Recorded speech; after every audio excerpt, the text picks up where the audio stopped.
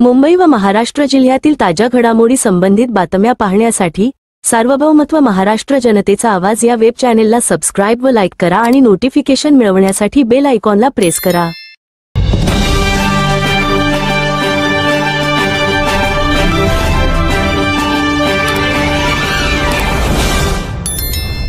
सार्वभौमत्व महाराष्ट्र जनतेचा आवाज न्यूज चॅनेलमध्ये आपले स्वागत आहे। सविस्तर महत्त्वाची घडामोडी सादर।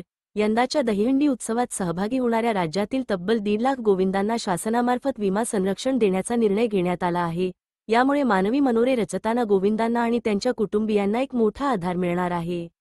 गोविंदांना विमा संरक्षण मिळावे यासाठी मी शिवसेनेचे मुख्य नेते तसेच राज्याचे उपमुख्यमंत्री माननीय श्री एकनाथजी शिंदे साहेब यांच्याकडे माननीय परिवहन मंत्री श्री प्रतापजी सरनाईक यांनी मागणी केली होती।